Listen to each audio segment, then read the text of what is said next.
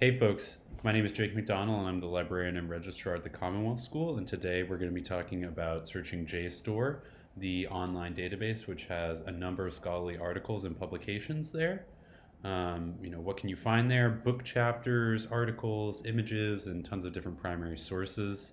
And I just really want to advise how you get to the page, our login information and how you navigate that process, as well as the search strategies that you should apply on there, with the caveat and understanding that JSTOR isn't Google. You cannot approach Google searches in the same way that you approach JSTOR searches. So there's also a number of online search strategy videos for JSTOR that I'll link in the description of this video as well. Okay, so starting off here on our library page for Commonwealth, which is under the Academics tab down in Library, I would go over to our LibGuide right here, which has got a bunch of helpful information about using the Commonwealth Library. We have a whole YouTube video up on that if you want to check that out. And we have the database password master list, which I'm going to go ahead and click.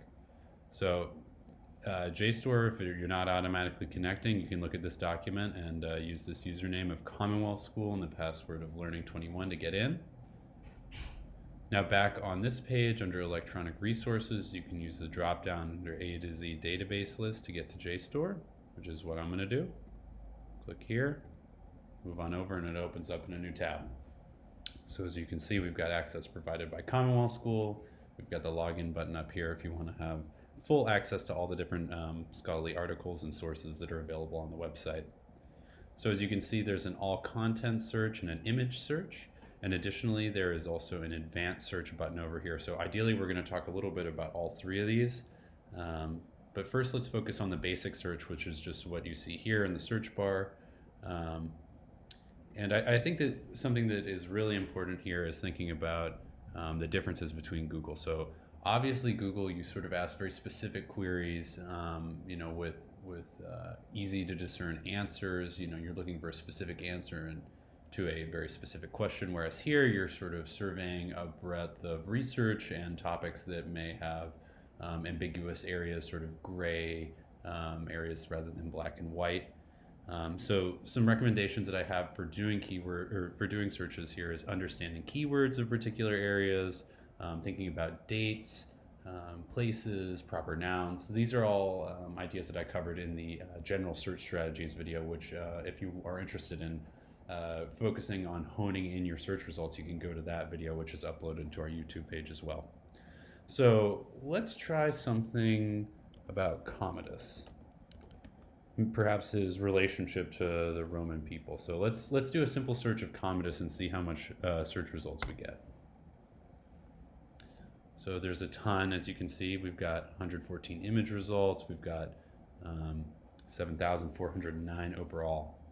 So, obviously this is a lot to navigate through. Some are going to be more relevant to others, particularly if you're interested in his relationship to the Roman people. That's sort of the base research question that I'm adopting for this particular video here. So I would say look over on this left side for the modifiers to see if there's anything that can easily narrow things down. So for instance, if you're more interested in journals than you are book chapters, that's a quick 72 knocked off there. If you don't want to have any images or books or primary source content, you can get rid of those as well. If you're interested in the date of publication, you can sort of enter in here, or the date of coverage, actually. So this is talking more about, this date range is talking about the subject matter that is discussed in the article rather than when the article or the chapter was published itself. You can filter by subject and you can select multiple of these. So it's pretty robust over here. They've got a well-developed controlled vocabulary over in the subject area where you can sort of look and see, okay, what does this fit? Does this not fit? Population studies perhaps, maybe for the sociological studies maybe as well if you're thinking about the relationship to Roman people. And then accessing all content. So, let's try doing journals here and perhaps something on sociology as well. So we can see we've got 26 results rather than the sort of whopping 7,400 before. And of course, you can also search within these results for further refinement. So when you're doing these searches, you want to think about retrieval, which is the total number of results that you get, and then relevance, which is the sources that have been retrieved that are applicable to your particular topic. So thinking about narrowing it down to make sure that the retrieval is smaller, but the relevance is a higher percentage of those articles that are retrieved. So, some of these, perhaps not. You can say, think about the role of Christianity and how Commodus was involved in that, or not. Great. So additionally, let's go back to JSTOR's homepage. We've got this image search here, which if you're looking for images, it's a wonderful resource. It's going to narrow everything down from our previous search. There were 100 images. If you just sort of do Commodus here, it would take you directly to that without all the text references that it's going to have. There's also sort of categories related to images. So let's go ahead and do a quick search here. So you can sort by relevance, newest, oldest as well.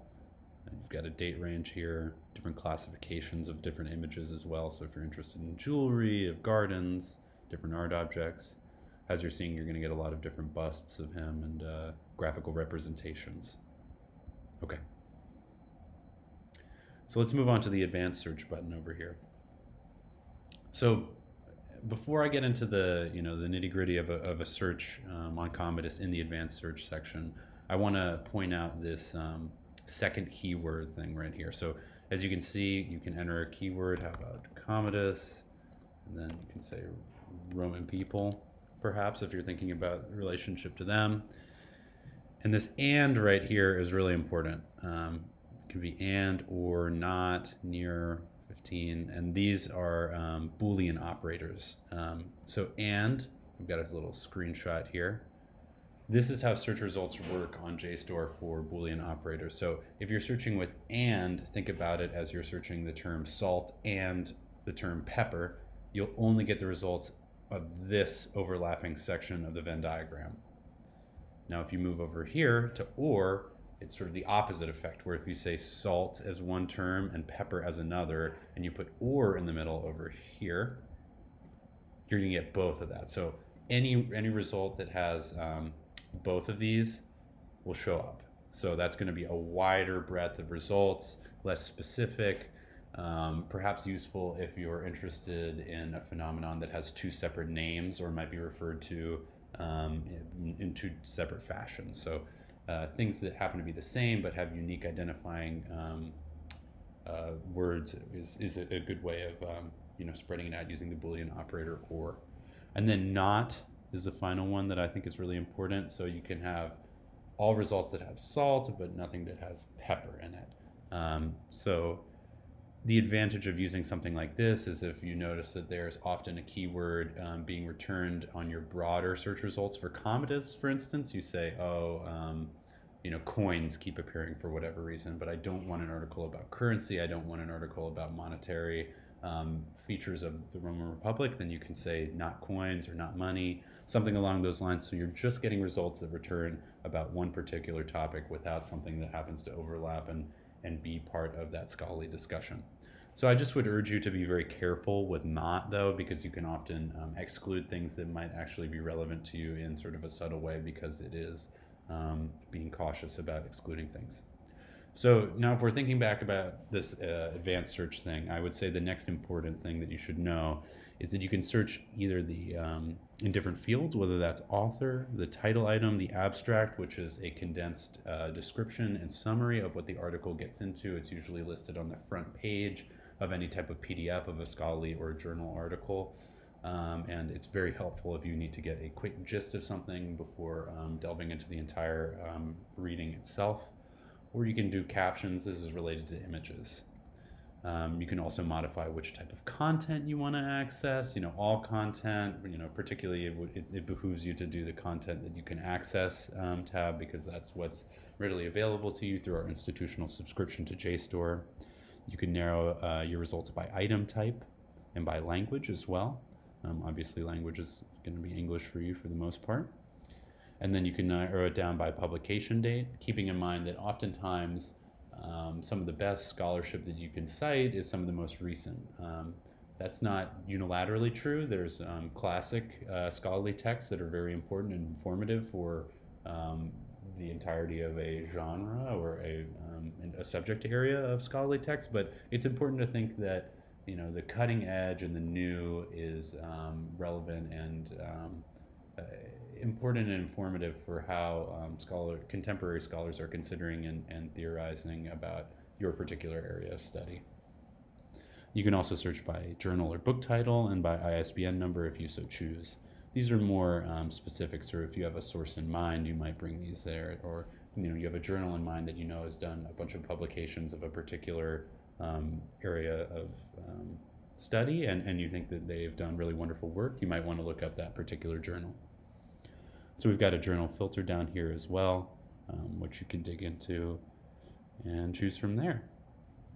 So another thing I'd really encourage you guys to look at in the event that you are doing some general searching on JSTOR is we've got this browse by subject and by title and by collection. So all of these are a bit more curated and have a guided feel to them, so you can sort of look at things by subject. Let's choose one. If you're looking at history in particular, it delves into more specific levels of history as you click on the subject itself, and ranges from American history to ancient history, different areas with different levels of